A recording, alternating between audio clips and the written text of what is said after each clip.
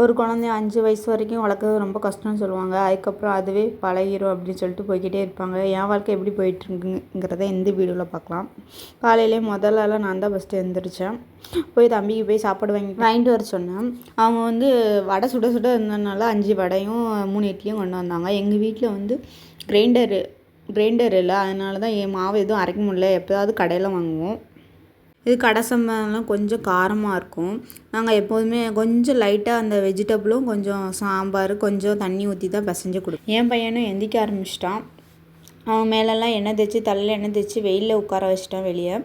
அப்படியே சாப்பாடும் ஊட்டி விட்டுட்டு போய் அவனுக்கு மத்தியானத்துக்கு ஒரு கேப்பையை ஊற வச்சிட்டேன். சரி வீட்டு வேலையை பார்ப்போம் அப்படின்னு சொல்லிட்டு அவன் படுக்கிற ஏரியாவை கொஞ்சமாக தூத்து பெருக்கி அள்ளிட்டு பாயை போட்டுவிட்டேன். அவனும் அந்த பாயில் கொஞ்சம் நேரம் உருண்டுட்டு இருந்தான். அப்புறம் குளிப்பாட்டின கொஞ்ச நேரத்துலேயும் அவன் நல்லா தூங்க ஆரம்பிச்சிட்டான். சரின்னு சொல்லிட்டு தொட்டியில் போட்டு ஆட்டி விட்டுட்டேன். இந்த வலையை பார்த்திங்கன்னா சும்மா சாதாரணமாக மேலே போட்டு சைடில் கிளிப் மாட்டி விட்டிங்கன்னா நல்லா நின்றுக்கிடும்.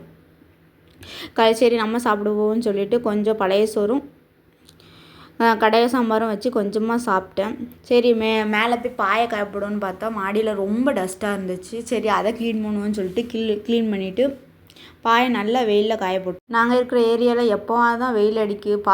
2 நாள் வெயில் அடித்தா 2 நாள் மழை பெய்யுது, அந்த மாதிரி இருக்குது. கிடைக்கிற நேரத்தில் காயப்படும்னு சொல்லிட்டு காய போட்டாச்சு. மாங்காய் மரம் இருக்கிறதுனால எல்லா இடத்துலையுமே குப்பையாக ஆகிட்டே இருக்குது. அந்த பைப்பு தண்ணி போகிற இடத்துலையும் ஒரே குப்பையாக இருந்துச்சுன்னா சரி ஒரேடியாக க்ளீன் பண்ணுறோம், இதையும் க்ளீன் பண்ணணும்னு சொல்லிட்டு மொத்தமாக அந்த காஞ்ச இலையெல்லாம் கீழே தள்ளி போட்டேன். கீழே போய் கூட்டி வந்து அள்ளணும். இது என்னென்னு பார்த்தீங்கன்னா துளசி மரத்தில் உள்ள சின்ன சின்ன புல்லெல்லாம் பிடுங்கினேன். அதில் ஒரு செடி நல்லாவே காஞ்சிருந்துச்சுனால அதையும் நான் பிடுங்கி போட்டுட்டேன். துளசி செடியை கார்டன்லலாம் நிறைய புல்லாக இருந்துச்சு. அதுக்கான வேலையெல்லாம் புல்லெல்லாம் பிடுங்கி இன்றைக்கி ஓரளவுக்கு என்னால் முடிஞ்ச அளவுக்கு நிறையவே எல்லாத்தையும் க்ளீன் பண்ணிட்டேன். கார்டன் அப்பப்போ க்ளீன் பண்ணுறதுனால இப்போ கொஞ்சம் ஒர்க் வந்து ஈஸியாக தான் இருந்துச்சு.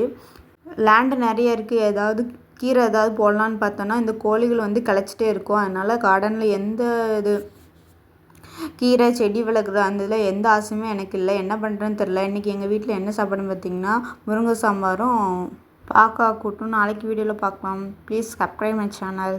தேங்க்யூ.